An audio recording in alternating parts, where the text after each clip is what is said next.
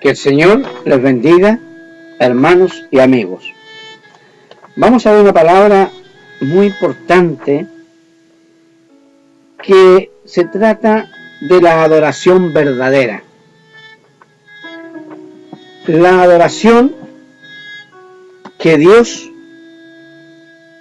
a través de su palabra, nos enseña. Veamos el libro de los Salmos, en el capítulo 51, del 1 al 12. Dice así su palabra, en el nombre de nuestro Señor Jesucristo. Ten piedad de mí, oh Dios, conforme a tus misericordias. Conforme a la multitud de tus piedades, borra mis rebeliones. Lávame más y más de mi maldad y límpiame de mi pecado, porque yo reconozco mis rebeliones y mi pecado está siempre delante de mí. Contra ti solo he pecado y he hecho lo malo delante de tus ojos, para que seas reconocido justo en tu palabra y tenido por puro en tu juicio. He aquí, en maldad he sido formado y en pecado me concibió mi madre. He aquí, tú amas la verdad en lo íntimo y en lo secreto. Me has hecho comprender sabiduría. Purifícame con hisopo y seré limpio. Lávame y seré más blanco que la nieve. Hazme oír gozo y alegría, y se recrearán los huesos que has abatido. Esconde tu rostro de mis pecados y borra todas mis maldades. Crea en mí, oh Dios, un corazón limpio, y renueva un espíritu recto dentro de mí.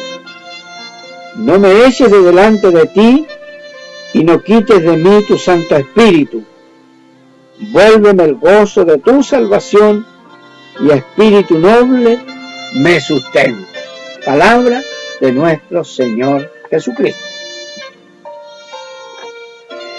Como sabemos que el primer pacto tenía ordenanza de culto y un santuario terrenal, porque el tabernáculo estaba dispuesto así. En la primera parte, llamada el lugar santo, estaba el candelabro, la mesa y los panes de la proposición. Tras el segundo velo estaba la parte del tabernáculo llamado el lugar santísimo, el cual tenía un incensario de oro y el arca del pacto cubierto de oro por todas partes, en la que estaba una urna de oro que contenía el maná, la vara de Aarón que reverdeció y las tablas del pacto. Y sobre ella los querubines de gloria que cubrían el propiciatorio, de los cuales cosas no se puede ahora hablar en detalle. Y así, dispuestas estas cosas, en la primera parte del tabernáculo, entran los sacerdotes continuamente para cumplir los oficios del culto. El significado de la palabra griega en el Nuevo Testamento, traducida más a menudo como adoración, proskuneo en griego, es postrarse delante o arrodillarse delante. La adoración es una actitud del espíritu. La palabra culto se refiere a adoración o servicio. La palabra griega latría es adorar. De ahí salió la palabra idolatría, que significa no adorar a ídolos. En el libro de Romanos, en el capítulo 12, versículos 1 y 2 dice: así que, hermanos, os ruego por las misericordias de Dios que presentéis vuestros cuerpos en sacrificio vivo, santo, agradable a Dios, que es vuestro culto racional. No os conforméis a este siglo, sino transformaos por medio de la renovación de vuestro entendimiento, para que comprobéis cuál sea la buena voluntad de Dios, agradable y perfecta. La naturaleza de la adoración cristiana es de adentro hacia afuera. Es de nuestro corazón, contrito y humillado, adorando a nuestro Dios, pidiéndole el perdón y rogándole que Él nos ayude, porque sin nuestro Dios nada podemos hacer.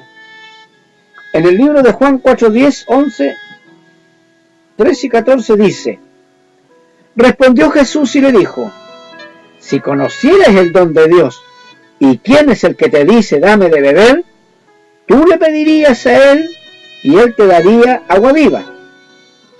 La mujer le dijo: Señor, no tienes con qué sacarla y el pozo es hondo, ¿de dónde pues tienes el agua viva? Y respondió Jesús y le dijo: cualquiera que bebiere de esta agua volverá a tener sed, mas el que bebiere del agua que yo le daré no tendrá sed jamás, sino que el agua que yo le daré será en él una fuente de agua que salte para vida eterna. Bendito y alabado sea el nombre del Señor. El agua, su espíritu; el agua, su palabra, que nos vino a dar de beber para que fuésemos saciados y libertados de este mundo, de la maldad y del pecado. La adoración tiene dos cualidades que pide Dios. Debemos adorar en espíritu y en verdad. Juan capítulo 4 versículo 23 dice: mas la hora viene, y ahora es, cuando los verdaderos adoradores adorarán al Padre en espíritu y en verdad, porque también el Padre tales adoradores busca que le adoren. Dios es espíritu, y los que le adoran en espíritu y en verdad es necesario que le adoren. ¿Qué significa en espíritu y en verdad? Significa que nuestra vida diaria y en todo lugar, es decir, la adoración la debemos llevar en nuestro corazón, en la obediencia, en el temor de Dios, viviéndola en nuestras conversaciones y en nuestra vida diaria. Total regeneración de nuestras vidas, obedeciendo a su palabra. Adorar en espíritu no tiene nada que ver con nuestra postura física, tiene que ver con lo más hondo de nuestro ser y requiere varias cosas. Primero debemos nacer de nuevo. Sin el Espíritu Santo habitando dentro de nosotros, no podemos responder a Dios en adoración, porque no le conocemos. En 1 de Corintios, capítulo 2, versículo 11, dice: nadie conoció las cosas de Dios, sino el Espíritu de Dios. El Espíritu Santo dentro de nosotros es quien vigoriza la adoración, porque en esencia está glorificándose a sí mismo, y toda verdadera adoración glorifica a Dios. El Espíritu Santo es que nos permite clamar Abba Padre, es decir, nuestra adoración va guiada por su Espíritu Santo. En segundo lugar, adorar en el Espíritu requiere de una mente centrada en Dios, renovada por la verdad. Pablo nos exhorta en los Romanos, capítulo 12, del 1 al 2. Dice: presentar vuestros cuerpos en sacrificio vivo, santo y agradable a Dios, que es vuestro culto racional. No os conforméis a este siglo, sino transformaos por medio de la renovación de vuestro entendimiento. Pablo nos dice que debemos de adorar, pero si adoramos, la adoración también es la obediencia. Si yo obedezco, estoy adorando. Si yo vivo la palabra de Cristo, estoy adorando. Si yo vivo una vida apartada del pecado, estoy adorando a Dios. Santo, es decir, apartados del pecado, centrados en agradar a nuestro Dios, viviendo para Cristo. Romanos capítulo 6, versículo 4, 5 y 6 dice: porque somos sepultados juntamente con Él, para muerte por el bautismo, a fin de que como Cristo resucitó de los muertos por la gloria del Padre, así también nosotros andemos en vida nueva. Porque si fuimos plantados juntamente con Él en la semejanza de su muerte, así también lo seremos en la de su resurrección.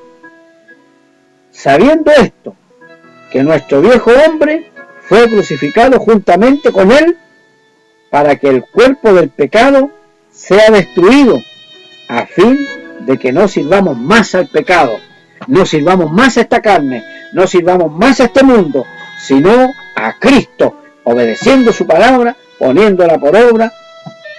Debemos morir al pecado, pero vivos para Dios en Cristo Jesús.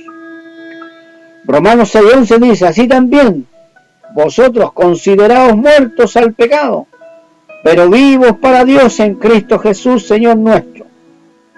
No reine pues el pecado en vuestro cuerpo mortal, de modo que le obedezcáis en sus concupiscencias, ni tampoco presentéis vuestros miembros al pecado como instrumentos de iniquidad, sino presentaos vosotros mismos a Dios como vivos de entre los muertos, y vuestros miembros a Dios como instrumento de justicia. ¿Se da cuenta, amados hermanos, que el Señor quiere santidad total?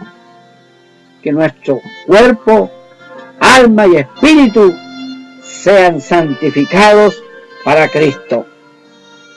Cuando el corazón del rey David estaba lleno de culpa por su pecado con Betsabé, que eso sale en 2 Samuel 11, se dio cuenta de que no podía adorar.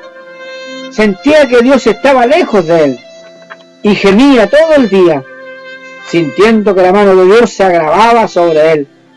Salmos 23, 32, 3, 4. Pero cuando confesó su pecado, la comunión con Dios fue restaurada y le brotaban la adoración y la alabanza. Comprendió que los sacrificios de Dios son el espíritu quebrantado, el corazón contrito y humillado.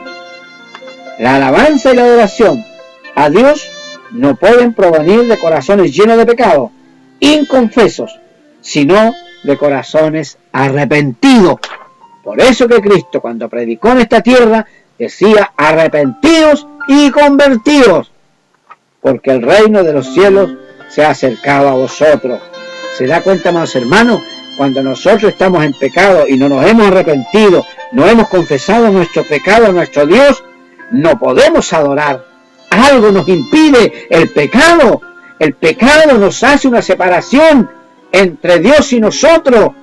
Por eso que es importante que nos confesemos nuestros pecados, nos arrepintamos, le pidamos perdón a Dios y vivamos una vida renovada en Cristo Jesús, obedeciendo su palabra.